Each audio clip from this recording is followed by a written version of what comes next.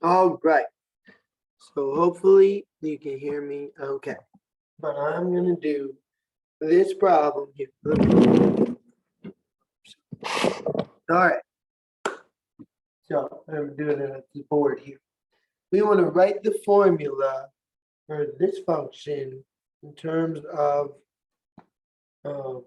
n. Okay. So when we see this like this, if the function is f of m, then we can think of it as n equals, and then get everything over on the other side. That's all you gotta do. So I'm gonna rewrite it. And I'm gonna put my n on the left, and everything else on the right. So n term is 6n. Okay, so that's gonna go on did I say right? On the left. Everything else is gonna go on the right. All right, so the 7m, that'd be negative. The 2 is negative. The 5 is already there, and that's negative. Okay, now let's combine like terms. All right.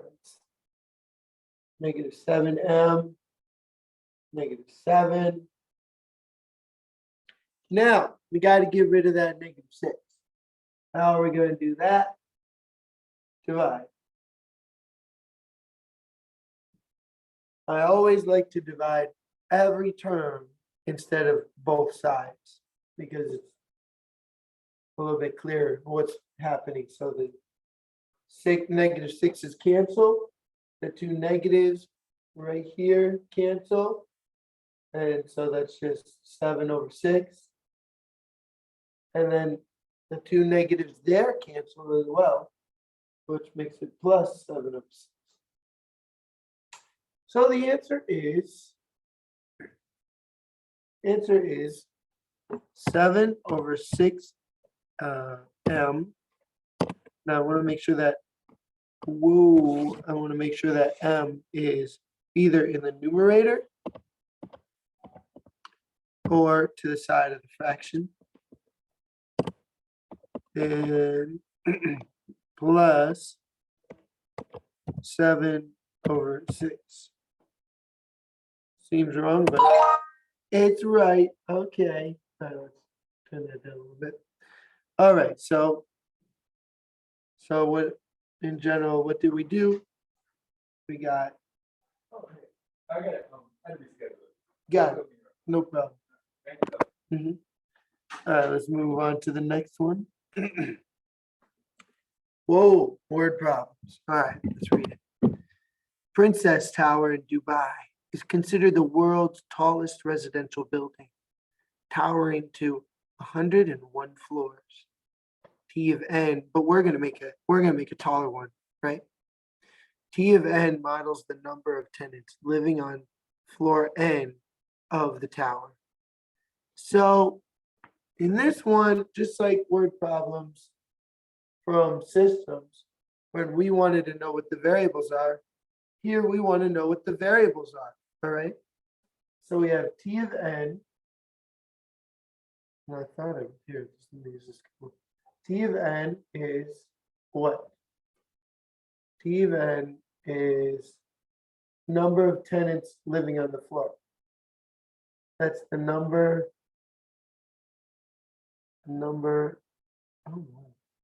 of tenants. It's talking about an amount of people. And what is n? N, I can tell you what n is. Floor n. N is the number.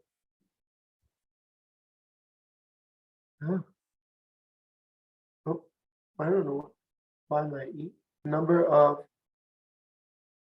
floor or floors. It's the floor number. So not the number of floors, it's the floor number. All right. So what does the statement T of 60? So what is T of 60? That is the number of tenants on floor 60. So that's total tenants I can't make, it's not, let me make a, oh, let me try thinking. I know what to do. I will use my annotation. This is the total tenants on floor 60. And so what is T of 10 and T of 30? Those are the total tenants on floor 10 and floor 30.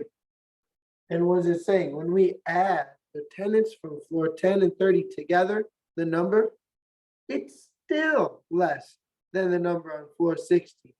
I wonder what's happening on floor 60 that everyone wants to live there. Okay. Are we talking about height? No. Are we, the number of floors with 60 tenants? No. It's the tenants on floor 60. There are more tenants on floor 60. Yes, this is looking good than on these two combined. I couldn't have said it better myself.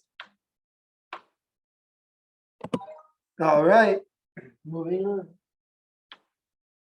Okay. All right.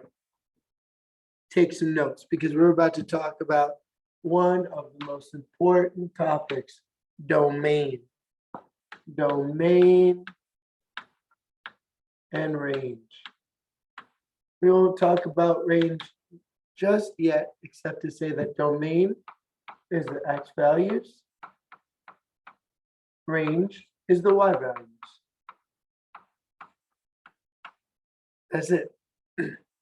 But it's all the possible x values and all the possible y values, which in a general function can be all real numbers if everything works.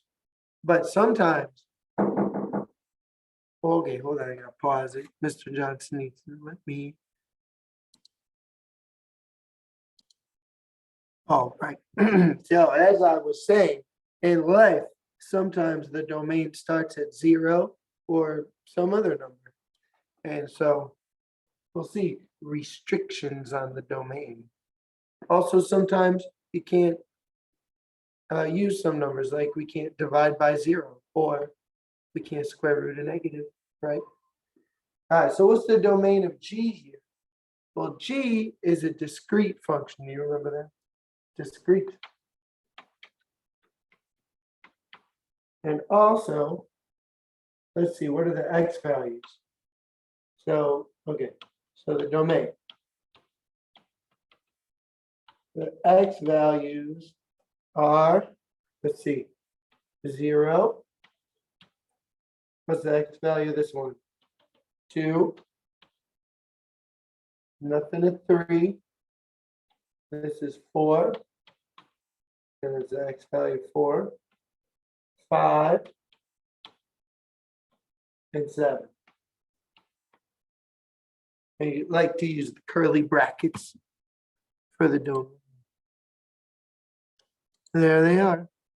And I see the inequalities there.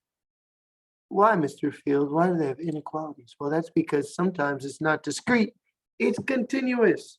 And so, when it's continuous, we just look at the endpoints.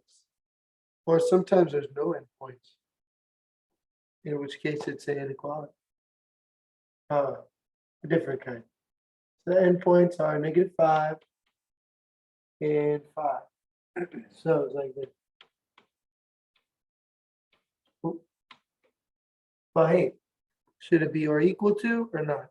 Well, it's a closed circle. So it's going to be or equal to. All right. Let's see if we got the answer. Oh, yeah. All right. Let's do one more. No. All right, moving right along. Whoa. Now, here's what I was talking about. Sometimes you get numbers, you get things, and you can't include them in the domain. Here, we have what I like to call a denominator. Now, 0 cannot be in the denominator. 0 cannot be in denominator. So you might say, is 0 in the domain? Well, if you substitute 0 in to the function, currently there's a 0 in the denominator, but when I simplify, it will become -3/2, which is just fine. So that is in the domain. But now let's substitute -2. -2 minus 3 over -2 plus 2. -2 plus 2 is 0. Bad news bears. 0 is in the denominator. And that's just not going to work. Sorry, -2. You didn't make it. But now I see that anything else I were to substitute would work, including 3. I don't have to do the math to know that 3 is in the domain. But you can, if you like. All right, that was so fun. Now we better do this one too. Does this one have a denominator? No. Does it have a square root sign? No. Is there any number I can't substitute? No. All right, they're all going to work. Aha. This one has a square root sign. And what have I been saying this whole time? You can't square root a negative. So what we do is we take whatever is underneath the square root sign, and what is negative? It's something less than 0, right? So this has to be greater than 0, or it would be negative. Greater than 0. Can it be equal to 0? Good question, right? What's the square root of 0? It's 0. That's easy. So it can be equal to 0 too. It just has to be greater than or equal to. All right. So when you solve this, we just divide both sides. All right. So anything greater than or equal to 0 is in the domain. Anything less than 0 is not in the domain. But had a different expression been underneath, then that would have been different. Like if I had x plus 3 under the square root sign, now when I make that greater than or equal to 0, I'm subtracting 3 from both sides, and I end up with x is greater than or equal to -3. So all the values have to be greater than or equal to -3, not 0. So make sure you have that in your notes too, because I guarantee you some people are going to only think about 0. All right. Oh my goodness, this is not good. Do you know what? I know what I did wrong. I know I did wrong. What did I do wrong? Does anybody know? You know? I did not flip my inequality sign. But I'm flipping it now because, that's the right answer. So now when you flip, because why did we flip? Because I divided by a negative and I'm supposed to flip my inequality sign. So now what does that mean? It's all backwards. So you don't have to forget everything I just said. You just have to remember to flip your inequality sign when you divide by a negative. See? Moving right along. What is the domain? So now that we know what numbers cannot be in the domain, because we can't divide by 0, so we set that equal to 0, and it'd be -2. So that means that the domain is everything but -2. And the way we say that in math, everything, we say all real numbers, because the system of numbers that we use in the world are called real numbers. Now, there are imaginary numbers, but we won't talk about those until Algebra 2. Although, maybe before the winter map, I'll show you a little bit about them in case you get those questions. This one, there it is, all real values. There, got it right. Last one. Oh, wow. All right. It's a word problem, but guess what? It's not that difficult of one. Okay. So we have to decide if we're going to use integers or real numbers. So does that means are decimals allowed or are they not allowed? So when can we not use decimals? Decimals, no. All right. When are decimals good? Time, like 5.6 seconds. Or weight, 8.2 pounds, or height. There's lots of times when decimals are okay, but when are decimals not okay? People. You can't have 2.3 people. Hold on, I gotta pause my video. One question. Yeah. Peer tutoring in the morning. All right. So let's see. So people can't have 2.3 people. Also, not as controversial, but you can't have cars, books. You know what? There's a lot of books. There's a lot of things that can't be decimals, right? Well, maybe you can have read 2.7 books. Not counting with one. But anyway, let's see. So which is the appropriate domain for T? So what is the X value? T of A. So what does A represent? I haven't even read it. We're talking about altitude of boiling an egg. We're talking about seconds. We're talking about meters. Well, there's no reason why either of those can't be all real numbers. Now, what is the domain? Now I gotta go forth and read it. All right. So let's see. Altitude takes on 198. The highest place, it takes 209. Okay. Okay, so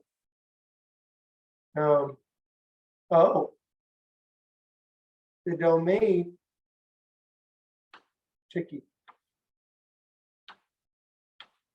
A is meters. So meters. So it starts at -418 and it goes up to 8,848. So let's find that one. It's right there. So see how I had to know what my variables were, and then it was easy. Yeah, and I'm right, so that's good. All right, guys, I'll see you in class. Bye.